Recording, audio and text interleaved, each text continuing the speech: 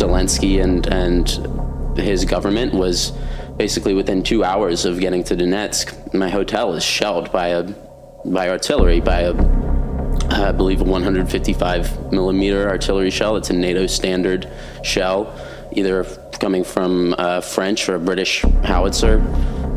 So that is, I got immediately just a small taste of what it's like to live there. Just watched my hotel being hit about 100 meters away from me. I just saw this huge firework kind of explode in front of me. And that was, I was told out afterwards by some of the other people who survived, we're kind of relaxing afterwards, having a drink in this blown up hotel bar. And they said, well, that was your baptism by fire. You survived. Congratulations. Welcome to Donetsk. Overnight, the head of the U.S. Nuclear Command says that the big one is coming. Those are his words. The big one is coming. Actual nuclear attacks are coming.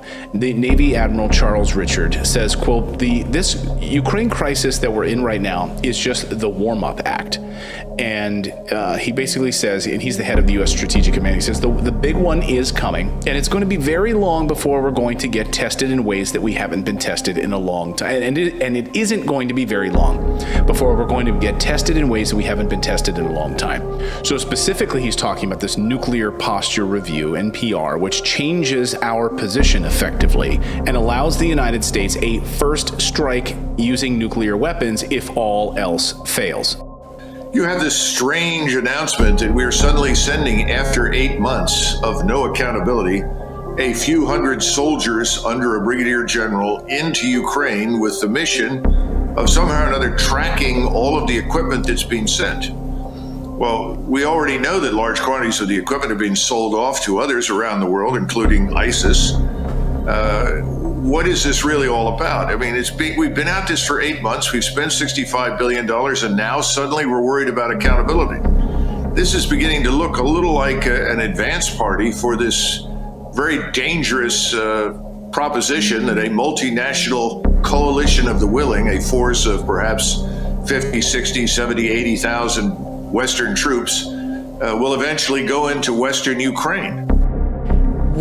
Our leaders need to look out for our lives, our futures, our country, this planet, and negotiate an end to this war and prevent destruction of this planet, a nuclear holocaust. There's also these very simplistic narratives that are going out now. Like, you have to support Ukraine, put a Ukraine flag in your Twitter bio, and I see so many people doing that. And then Russia invaded Ukraine, so supporting Ukraine is important, so we should send money to Ukraine. And that's it. Yep. And don't ask questions. Right. Don't ask how that money's being spent. Right. Don't question the corruption that everybody knows exists in Ukraine. Don't question where those weapons are going. Don't question, what the actual real life ramifications are to our national security as a country, to our future, given a nuclear war is on the line. What to speak of the direct economic implications we are already feeling with, gas prices hiking in many places in the country, increased inflation, supply shortages, food shortages, the UN's food guy, I can't remember his official title, but he's already sounded a warning saying that this war is causing an unprecedented threat of global starvation. Global starvation.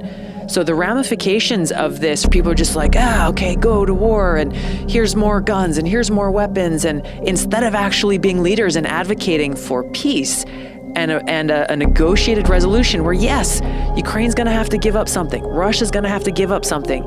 That's literally what happens when you negotiate an end to a war. You can look throughout history. Nobody walks away completely happy. But that's what needs to happen for the sake of humanity at this point, and our leaders are failing to do so. And so we're at a point where the future is in our hands, and what are we willing to do? I'm going to ask you a difficult question. What do you think is going to happen? If we continue down this path that we have seen where we have seen this war continue to escalate since the invasion happened, we will end up in World War III and a nuclear holocaust. Unfortunately, in our lifetimes, we may experience the same fate as the dinosaurs. But I'm not talking about another asteroid collision. I'm talking about a nuclear war. A nuclear war would have many of the same phenomena that the dinosaurs experienced. But this time, it absolutely would be our fault. Fortunately, there are things that we can do to prevent this from happening. If you live in a city that has a military base, there's a missile that's aimed at you right now. If you live in a city that has an important industry, a major university, a large airport, an oil refinery, or oil storage facilities, there is a hydrogen bomb that's aimed at you right now. We live in a perilous era.